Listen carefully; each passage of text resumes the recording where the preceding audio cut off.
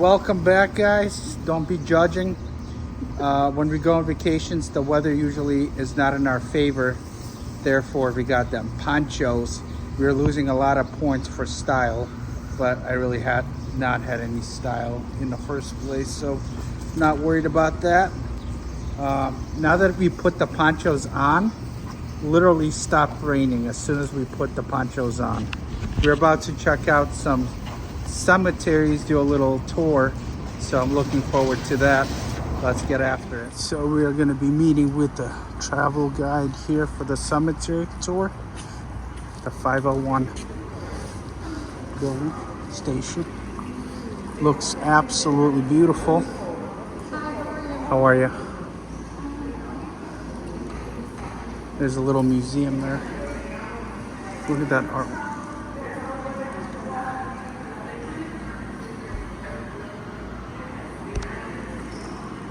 There's a little cafe over there.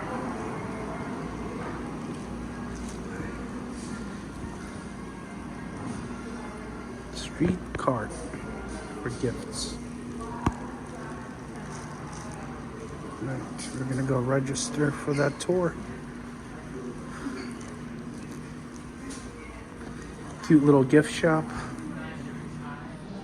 So if any of you guys want to train hop, get a free sightseeing tour of the United States, at least the mid to east coast. The representatives, single track. Gotcha. So anyways, as we're walking around this little museum, just share some golden nuggets about New Orleans. And it is a little hot in here, but New Orleans is situated in the southern tier of Louisiana along the Mississippi River.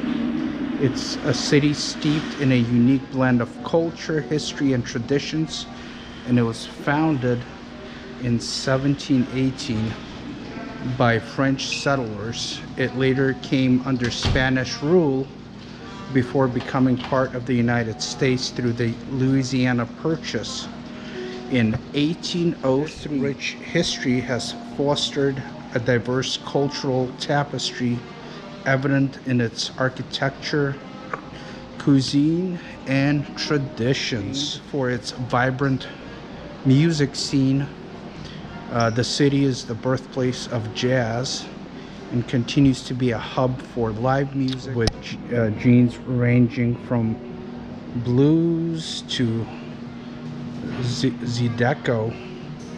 The city's cuisine is equally renowned, featuring iconic dishes such as gumbo, jambalaya, beignet, which reflect its Creole and Cajun influences. It's also known for its lively festivals, most notably the Mardi Gras, a grand celebration marked by parades, masquerade balls, and street parties. The French Quarter, with its historic buildings, a bustling nightlife, and street performers, is a major attraction for visitors. Despite facing significant challenges, including Hurricane Katrina in 2005, New Orleans has shown a remarkable and significant resilience, and it also remains a vibrant, culturally rich city. And I'm so happy that we are visiting and experiencing everything that New Orleans has to offer. So we're just killing a little time waiting for the tour to begin. Here's a cool little map of New Orleans. There's the French Quarter, the Garden District, must visit. You got your downtown area with all the big businesses, the high rises. We got the stadium in the mid-city, I believe. And there's a few other neighborhoods: Jefferson, Ridge, Kenner. New Orleans hides a fascinating secret. Let's dig into it. Welcome to St. Louis Cemetery, #1 in New Orleans.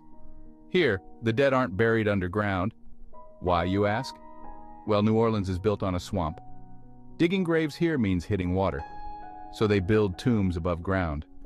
These tombs act like slow cookers for the deceased. The hot and humid climate breaks down the bodies over time. After a year and a day, the remains are swept to the back, making room for the next. It's like a never-ending cycle of rest. This tradition dates back to the Spanish colonial period. They brought it here from Europe. It's a blend of practicality and culture unique to New Orleans.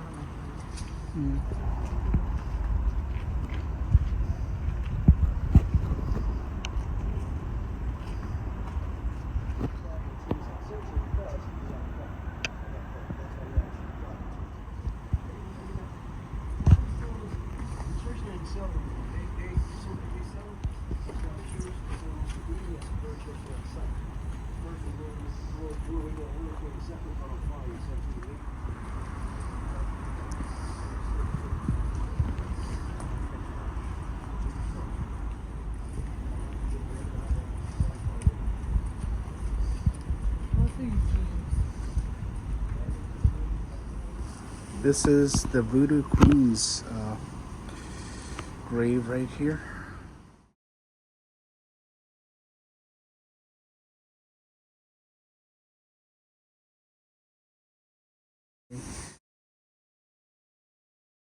None dare speak her name without a shiver.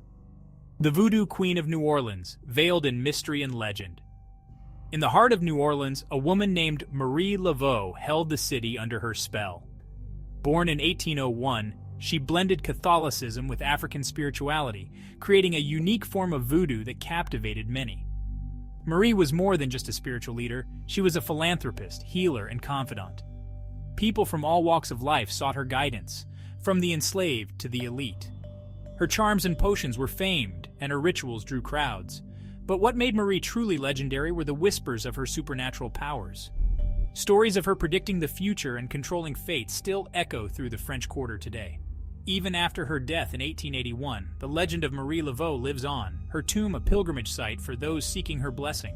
Unveiling these secrets reveals not just a woman, but a powerful legacy that continues to enchant New Orleans. There's a famous chess player over here, Paul Morphy. This New Orleans prodigy transformed chess. Born in 1837, Paul Morphy wasn't just any chess player. By the age of 12, he was defeating seasoned opponents, leaving jaws dropped across New Orleans. His tactical brilliance and deep understanding of the game made him a legend. He once took on 8 players simultaneously, blindfolded. Now that's what I call mind-blowing. Morph's most famous victory was in 1858 against Adolf Anderssen, the reigning world champion. This match showcased his innovative strategies and fearless play. But Paul wasn't just about winning, he was about teaching and inspiring others. His games are still studied today, offering insights and sparking passion in new generations of chess enthusiasts.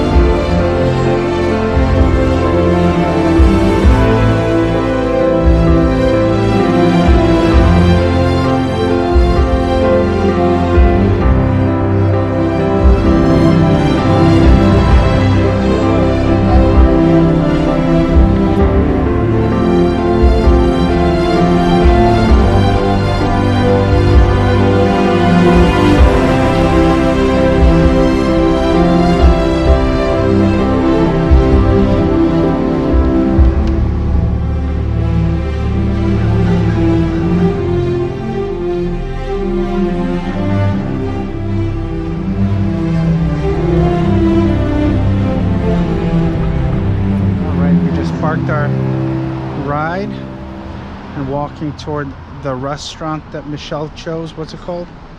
Royal Seafood House. All right, and we are on Magazine Street. Lots of cute little restaurants here. Gift shops, bars. Do a little shopping here on Magazine Street. Lucy Rose. Yeah, ain't nothing going on that side of the street. And this is where it's happening. Not sure why. The one side of the street is pretty bare. Massages. Dad heard about this place here. Okay.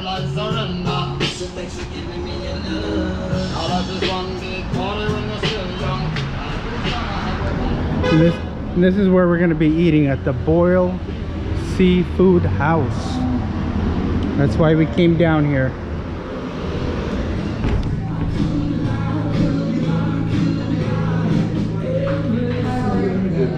The menu over here. And over here is the happy hour menu. I like this deal right here.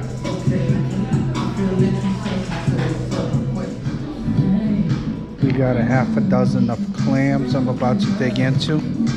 Get some lemon. Thank you so much.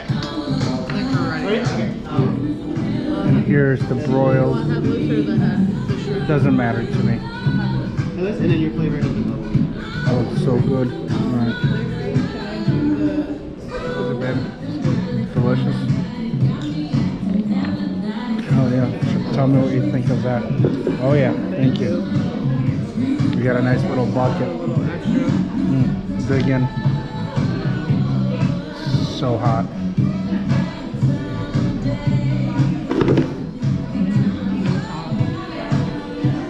Alright, I'm gonna set this up on myself.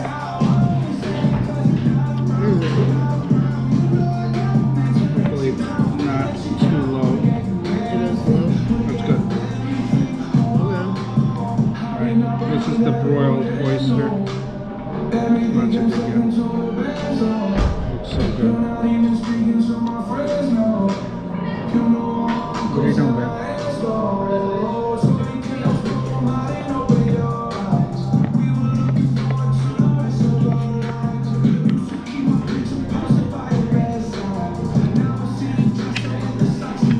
You gotta watch out for the pieces of the shell. Delicious.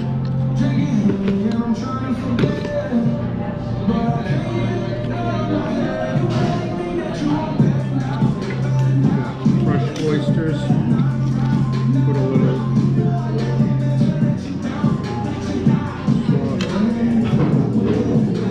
little horseradish to give it that extra kick. Horseradish.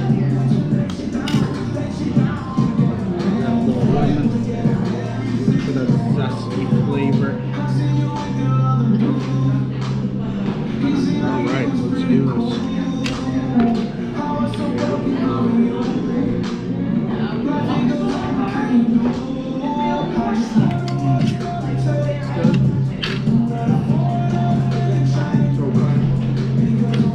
So good.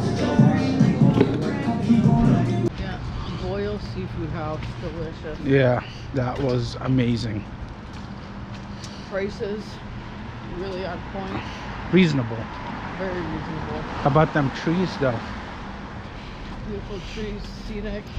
And this is what they keep talking about, the shotgun house right here, I believe.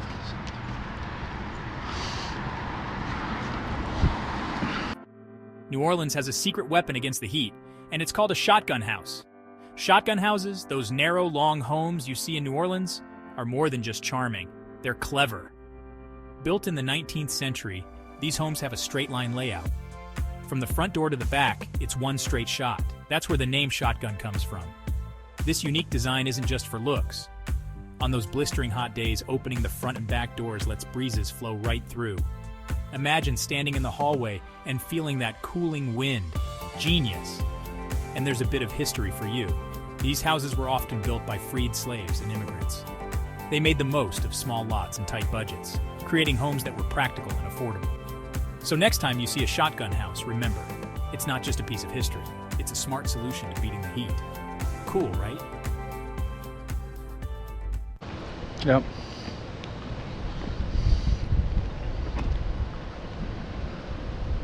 My drinks were not. Look at these cute little homes, guys. They're very cute. Look at them shutters. The shutters on that old house took a beating over the years with all the storms they've been getting, unfortunately. Yep, so we decided to go off the beaten path a little bit. Check out some of these neighborhoods. Far from being a hood. Pretty lamps. They're very peaceful.